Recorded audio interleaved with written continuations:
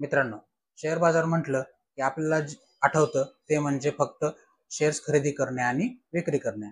पण शेअर बाजारात याशिवायही असे बरेच पर्याय उपलब्ध आहेत ज्यामध्ये पैसे गुंतवून आपण एक चांगला नफा मिळवू शकतो. याच पर्यायांना शेअर बाजाराच्या भाषेमध्ये सेगमेंट असे म्हणतात.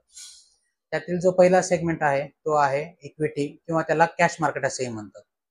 या सेगमेंटमध्ये आपण पारंपरिक पद्धतीने कंपन्यांचे शेअर्स खरेदी करून लहान कालावधीपासून ते मोठ्या कालावधीपर्यंत होल्ड करून ठेवू शकतो आणि एक चांगला नफा मिळवू शकतो.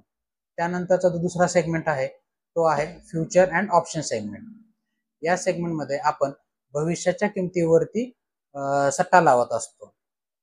याच्यामध्ये अगदी कमी पैशामध्ये आणि एकदम काही मिनिटांमध्येच खूप मोठा नफा होऊ शकतो. पण या सेगमेंटमध्ये जोखीम ही त्याच प्रमाणात असते. त्यानंतरचा सेगमेंट जो आहे तो म्हणजे म्युच्युअल फंड सेगमेंट. तर म्युच्युअल फंड म्हणलं की आपल्याला एक वाक्य माहितीच आहे की म्युच्युअल फंड आहे तो सही आहे. तर वाक्याप्रमाणेच हा पर्याय सर्वसामान्यांसाठी योग्य पर्याय आहे बाजारामध्ये पैसे गुंतवण्यासाठी. या पर्यायामध्ये किंवा या सेगमेंटमध्ये आपले पैसे हे प्रोफेशनल ट्रेडरच्या मार्गदर्शनाखाली शेअर बाजारामध्ये गुंतवले जातात. या सेगमेंटमध्ये जोखीम ही कमी असते आणि एक चांगला नफा आणि निश्चित नफा मिळण्याची दाट शक्यता असते. ठीक आहे. त्यानंतरचा पुढचा जो सेगमेंट होतो तो म्हणजे कमोडिटी सेगमेंट.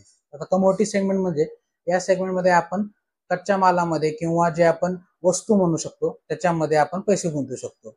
आता थोडक्यामध्ये वस्तू किंवा कच्चा माल म्हणजे काय, तर एक उदाहरण पाहायचं झालं तर सोनं असेल किंवा चांदी असेल, ॲल्युमिनियम असेल, खनिजे असतील, तसेच क्रूड ऑइल कच्चं तेल म्हणतो आपण, परत अन्नधान्य यांच्यामध्ये आपण खरेदी विक्री करून ट्रेडिंग करू शकतो. त्यानंतरचा पुढचा जो सेगमेंट येतो तो म्हणजे सोव्हरियन बॉन्ड. तर हे सोव्हरियन बॉन्ड भारतीय सरकारद्वारे जारी केले जातात. हे बॉन्ड खरेदी करून आपण डिजिटल सोन्यांमध्ये पैसे गुंतवू शकतो. याच्यामध्ये फायदा हा असतो की जसे सोन्याचे भाव वाढतील तसा आपल्याला या बॉन्ड्समध्ये फायदा होत राहतो. तसेच याच्याशिवाय आपल्याला या बॉन्ड्सवरती काही प्रमाणात सरकार व्याज सुद्धा देत असतं. त्यानंतरचा जो सेगमेंट आहे तो म्हणजे डेट मार्केट.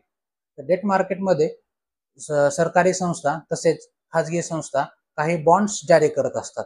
तर ते बॉन्ड्स खरेदी करून आपण त्याच्यामध्ये पैसा गुंतवू शकतो. थोडक्यात सांगायचं तर हे बॉन्ड्स जसं आपण बँकेमध्ये फिक्स डिपॉझिट करतो त्या प्रकारचा एक पर्याय आहे हा. त्यानंतरचा एक शेवटचा सेगमेंट जो मार्केटमधला आहे तो म्हणजे करन्सी मार्केट. तर करन्सी मार्केटमध्ये आपण विदेशी करन्सी जे आहेत, विदेशी चलन म्हणतो आपण, डॉलर, युरोज, पाऊंड वगैरे यांच्यामध्ये पैसे गुंतवून एक चांगला नफा मिळवू शकतो. तर मित्रांनो, आजच्या व्हिडिओमधून आपल्याला कोणत्या नवीन सेगमेंट बद्दल माहिती झाली हे आम्हाला कमेंट बॉक्समध्ये कमेंट करून कळवा.